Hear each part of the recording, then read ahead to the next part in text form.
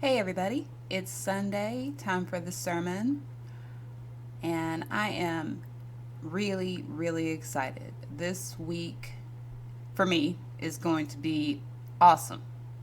We've got, of course, a regular week of wrestling ahead, Monday through Friday, and then this weekend there is GCW in Tennessee.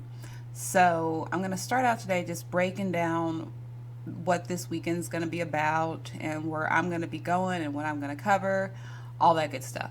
So, for those that have been listening or reading my reviews, you know that I'm a GCW fan, and you know that GCW is running two shows this weekend in Tullahoma and Nashville, Tennessee.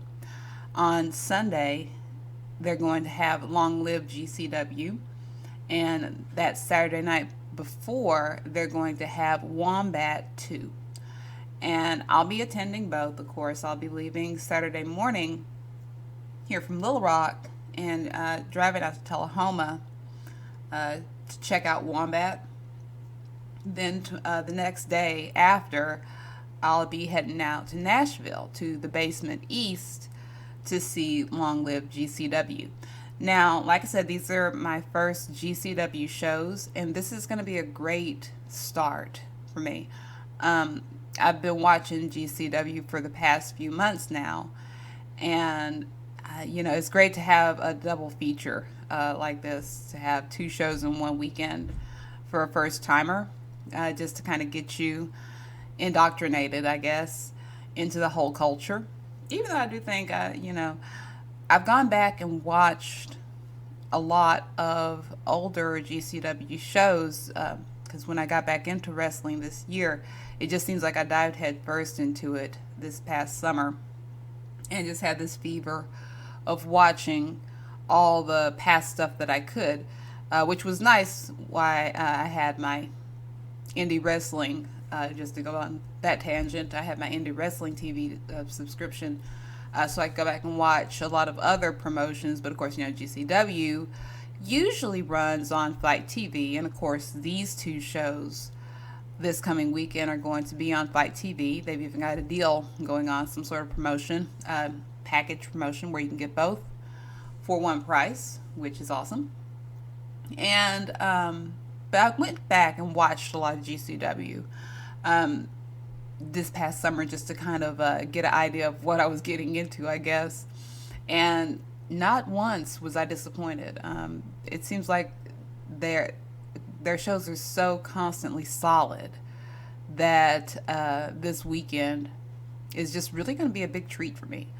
Um, and so I'm happy. Yeah, I'm really happy right now about that. And it's almost like it's an early birthday present for me. My birthday is actually on the 16th of this month. And so everything's going to be happening a week before. So that's going to be really cool. So yeah, GCW coming up this weekend. I'll be heading out. Gonna be a fun little road trip, and I'll be covering both those shows. Be doing a review on Bumwine Sports, I should say. Yeah, on Bumwine Sports about it, and yeah, it's gonna be awesome. So that's going on, and we've also got some other stuff going on in the world of wrestling as well. Social media wise, I want to get into that because there's always some drama going on in social media that kind of just fuels the rest of the wrestling world. And we've had a lot of it over the past, I guess, couple of days, even the past 24 hours. So Jordan Grace got upset. Well, I don't know if upset, but she really just wanted to call out Sandman for something that he apparently said. Now, of course, this wasn't on video, so likely it wasn't, something he was doing in character. If you know Sandman, you know that what this is about is totally something he would say. It doesn't come as a surprise, or it shouldn't come as a surprise to anybody. But apparently, what Sandman said, he came up to a group of girls at a show that he and Jordan Grace were at. I can't remember the promotion's name. Forgive me. But what was said by Sandman, allegedly, was that women, and it just coming to the point of it, I don't know exactly what was said, but women wrestlers should not be main eventing. And she took it to Twitter, which, hey, call out culture. That's how we do things these days. If somebody says something and needs to be called out for it, it's usually going to be done on a public basis. And so she put it on Twitter. And of course, with the wrestling world looking for the next dramatic thing to jump on, it spread. It really spread. So, and the general consensus was, Sandman's going to say stupid shit like that. And that is a stupid thing to say. I mean, you've had women main eventing for a few years now. I mean, not many, but long enough to not come up to people at a show and be like, hey, you guys shouldn't be main eventing. No, it's happened way too often to be upset about it at this point. So even if, we take it to social media, even if Sandman is chastised or crucified for what he said, we still have to keep in mind that this is Sandman. And just like with people like Jim Cornette and Sandman and anybody else who says something from left field or offending somebody intentionally or not, Superstar Billy Graham's another one of them that just can't seem to stop pissing people off. Y'all have to remember these are wrestlers, and coming into this as a fan that a lot of wrestlers are going to talk shit. 90% of it is just bullshit, just to be saying something, just to keep their name out there.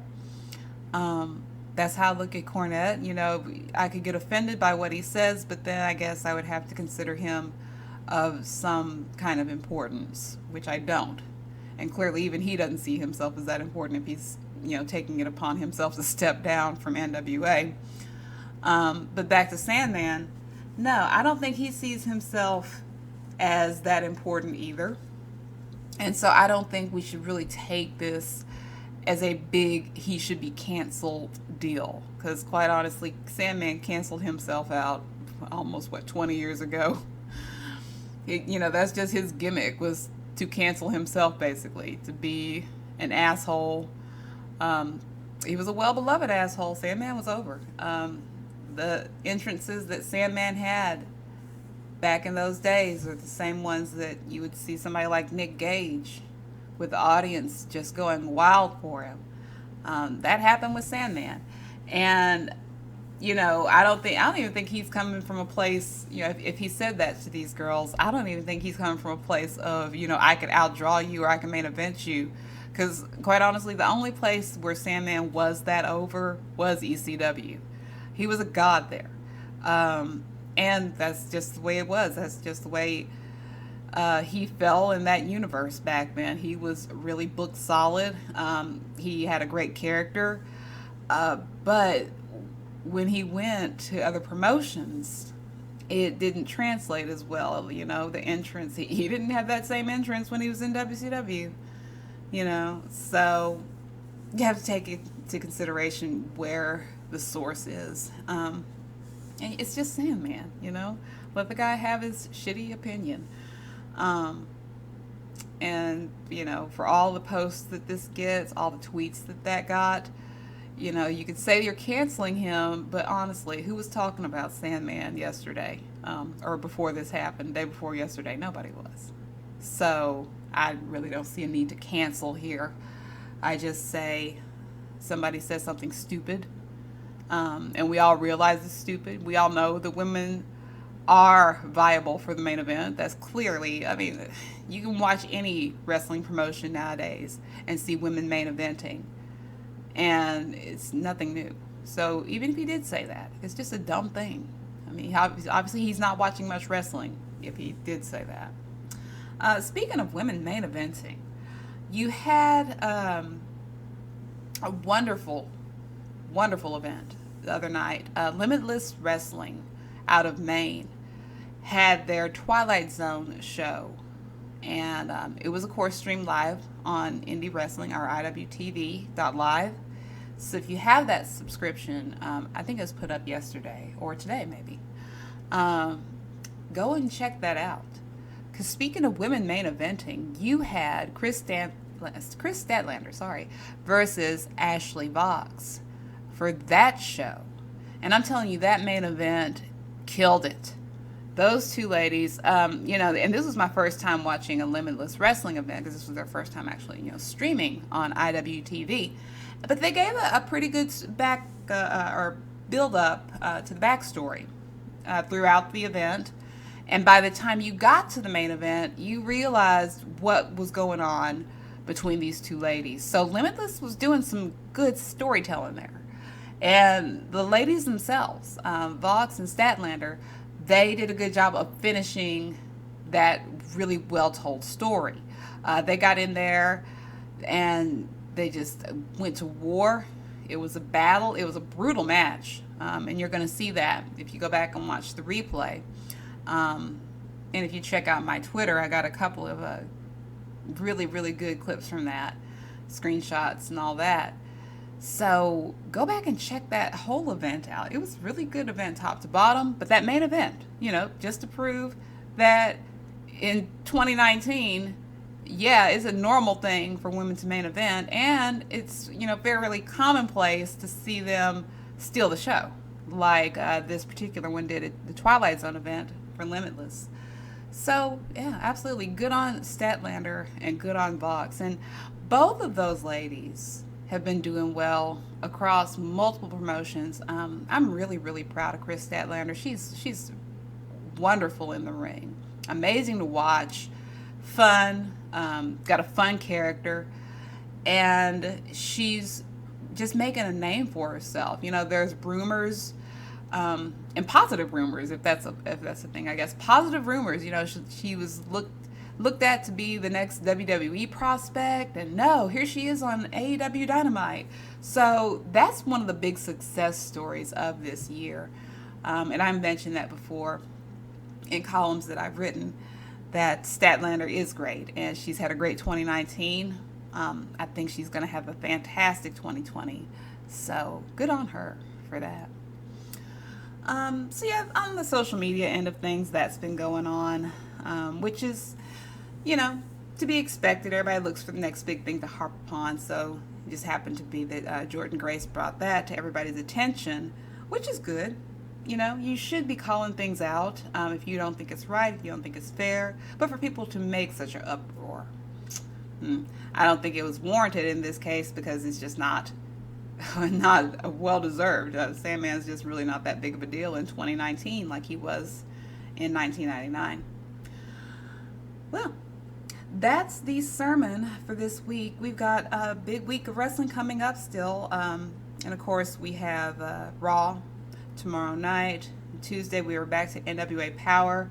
Going to be back to their regular format after having to scramble around this past week. NWA Power is. So I'll be happy to see them get back on track with new and fresh commentary, which is what they needed, honestly. After the first 6 weeks of the show, that was pretty clear. They needed something new. And then the rest of the week, we've got NXT and Dynamite on Wednesday, Uncharted Territory on Thursday, then getting ready for GCW on the weekend. I'll check back in with you on Wednesday just to see what other crazy things happen in the world of wrestling. But up until then, enjoy the rest of your Sunday.